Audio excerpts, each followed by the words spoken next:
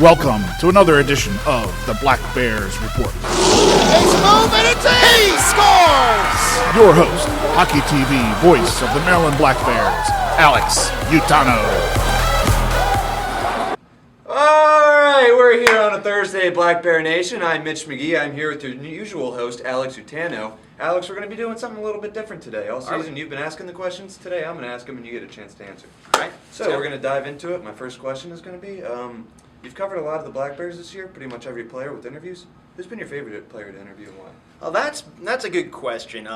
From the player standpoint, I had a really fun time interviewing Hampus. I thought he was just a really goofy dude. I mean, there's a lot of great personalities. This one I thought about a lot. It was tough, but going through all the Swedish stuff with Hampus, I thought was a lot of fun. But on the coaching side, Clint is very informative. I've loved talking to him. He's so smart. But Brandon's a very goofy guy. I've enjoyed our interviews, just going off about whether it's Harambe or hockey terms. I've had a fun time talking to him. Yeah, I mean, Brandon's always, Cooter's always cracking people up. Great for the blooper reel. Yeah, exactly. So you've been the broadcaster for the Black Bears for now 2 years. You've been covering their games. You've been covering the interviews. What got you into sports broadcasting? You know that Geico commercial where they talk about a player going, "Oh, this guy studied the game from 2. He was sleeping in his skates, but by the age of 20, he realized he wasn't that good." I realized that in high school, so I was like, well, what's the second best thing if I'm not going to be able to play it? Talk about it. So, hockey's always been my favorite sport. So from there, I realized what I wanted to do pretty quickly. So in terms of selecting colleges with Ohio University, it had good programs, and I was just able to dive right in with their hockey team. And, I figured that with some experience, I saw that it was pretty good. I saw that I enjoyed it. I'm like, all right, this is the career path for me. Awesome. Yeah, I'm not going to lie. I did a little bit of internet stalking on you and saw that you started your career with Ohio Sports Zone at Ohio University. What was it like to work for Ohio State's baby brother? Well, you're talking about Ohio State, the team that's still afraid to face us in football because our mascot beat up theirs. So, looking at you, the Ohio State. But I actually came into Ohio University at a great time. My first football game there, they upset Penn State. They were ranked for a little bit. The basketball team was just coming off a Sweet 16 appearance, so it was kind of fun to go courtside for those games, be able to be a part of a big press interview with the coaches. I got a lot of experience with that. They also have one of the best club hockey teams for D1 ACHA in the country, so talking to all of those guys, working with all of them, it was a lot of fun.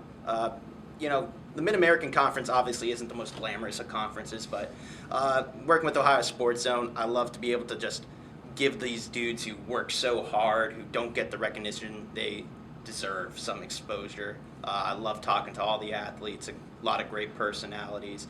And then just to be a part of a successful, at the time, athletic program was a lot of fun as well. Yeah, absolutely. I remember at my time at University of Tennessee, we played Ohio thinking it was going to be a warm-up game, and it was much more of a test. Yeah, than I we was were ready there. for. Yeah, that was a fun one. It was a great game. So, going on to the Black Bears, you've been broadcasting them now for 2 years, both years of the organization's existence. It's had some ups and downs, to say the least. What would you say your favorite moment or favorite game was to cover? That's a great question. There are 2 that come to mind. There's one real early on in their existence where they came back from 3 goals down to the Jamestown Rebels and won the shootout. That game was so much fun to call, but I think my funnest was probably the Luke Mountain overtime winner to close out last season. That's just a classic. Yeah, it was really when kind of New Jersey and Maryland were kind of really sparking their rivalry.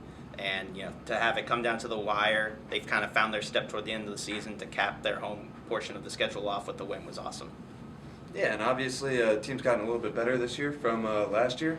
A couple more wins, a few more home wins that we can talk about. Absolutely, yeah. What would you say your favorite home game has been to cover? This year? Yeah. Now that is a great question. Probably either one of the games against Wilkes-Barre Scranton coming off the road trip because they had recently struggled. And I forget who they played this year before they got 2 goals in 2 games. But then against Wilkes-Barre Scranton, they finally started to come out of their shell. They were amazing. They only let up 1 goal in 2 games. They really dominated puck possession. You can kind of really see the turning of a corner for a franchise. Absolutely. And from then on out, I mean, they're in a playoff spot right now, and it really all started with that. So either one of those. Or actually, you know what? Forgot about this one. Kyle Alexiak beating the Johnstown Tomahawks. It's always time breakaway. Oh yeah, it's a real kick in the net to Johnstown to see them lose like that. So that was a fun game. All right, so Alex, I'm going to address the elephant in the room, or rather the groundhog in the room. We have Bucky, the groundhog, behind us. He is our unofficial mascot. of Groundhog Day this Saturday, February 1st at Piney Orchard Ice Arena. Be sure to buy your tickets at tickets.marylandblackbears.com.